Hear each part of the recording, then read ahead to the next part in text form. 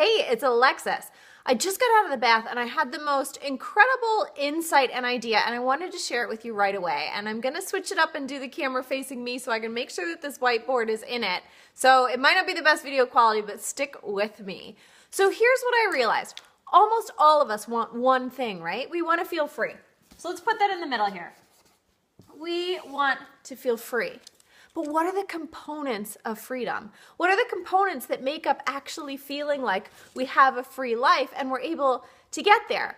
And the visualization of a triangle came to me. And if you know my business name, it's The Free and the Brave. So clearly there's something about bravery that's really involved with freedom. And I was reading Elizabeth Gilbert's book, Big Magic, and she was talking about this poet named Jack Gilbert, who she was obsessed with, for lack of a better word, and he was saying, do you have the bravery to do what it takes? Do you have the bravery to do the creative work? And I went, right, the free and the brave, that's what it's about, right? It's the bravery to pursue what makes you feel free.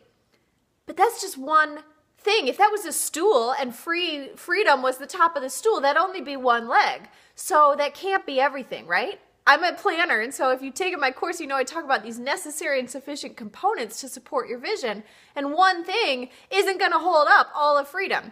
So we have bravery. We have bravery and courage right here.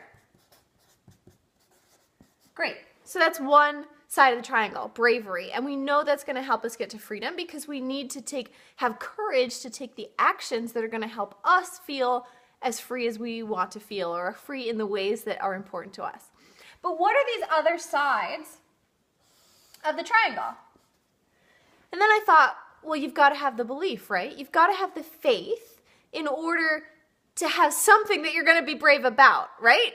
You've got to have something that you're going for. So we need faith. We're going to put faith up here. Turns out writing sideways on camera is difficult. So we've got bravery and we've got faith. But then what else?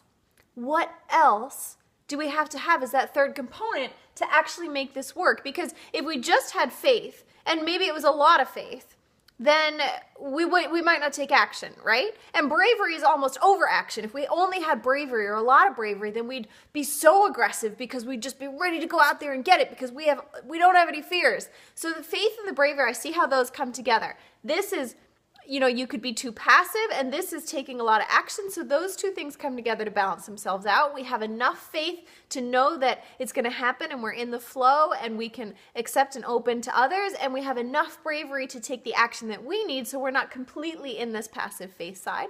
But then what's that third piece? What's that third component? And I think that third component is commitment. I have no idea if I spelled that right. But commitment to your dream, your personal dream. Because here's what would happen. If we didn't have the bravery, we wouldn't take action, right? If we didn't have the faith, we'd be passive and we'd be, we wouldn't believe that it was possible, so we definitely wouldn't take action. And if we didn't have commitment, we wouldn't have the consistency to continue to focus our bravery and courage on the same goal. So we actually need all of these things, but they have to balance out. And this is why I think the triangle is such an amazing metaphor. And Elizabeth Gilbert really sparked me in Big Magic today with the triangle and the concept of balance. Because if we have too much commitment, then we're only going to focus on one way of going about things. And as a planner, this is really huge for me because we need to look at the entire breadth of actions that are possible, plus we need to stay open to other things that might come in along the way and help us out in ways that we may have never anticipated or imagined or even thought possible.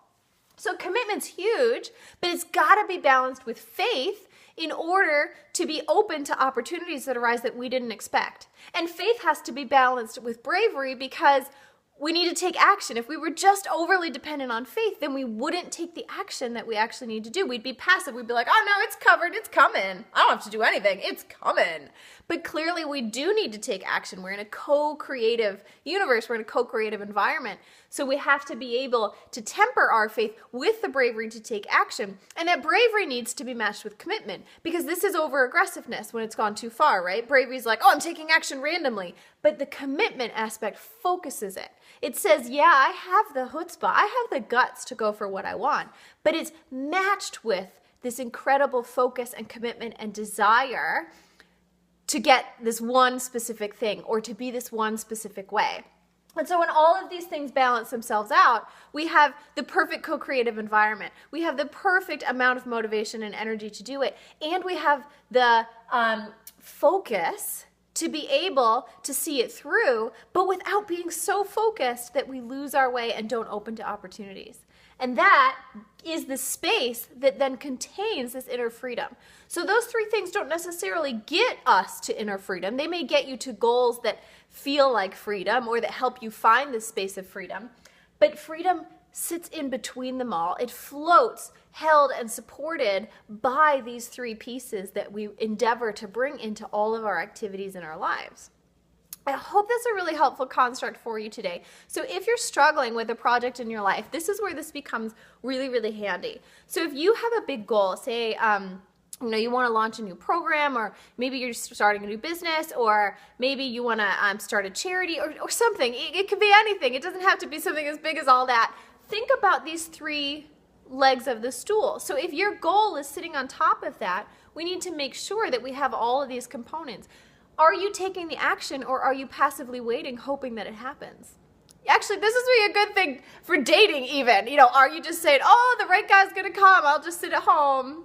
And do you have the bravery to put yourself out there and meet new people and try new things? And do you have the commitment to know that you are worthy of being in a relationship, that you're worthy of being loved?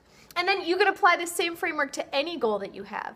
So think about if you're really checking the boxes off on all these three things, and if they're balanced. Because if they're out of balance, maybe you're super aggressive and you're like, no, I'm going to do what it takes, but you're lacking in the focus, or you're lacking in the openness to allow for feedback, or allow for support, or allow for other opportunities or for your ideas to tweak themselves. We get really, really focused here. So see how your triangle's balancing out and what you can do to bring them back into alignment with each other so that you can hold that space for possibility and hold that space for freedom in your life. I hope that's helpful.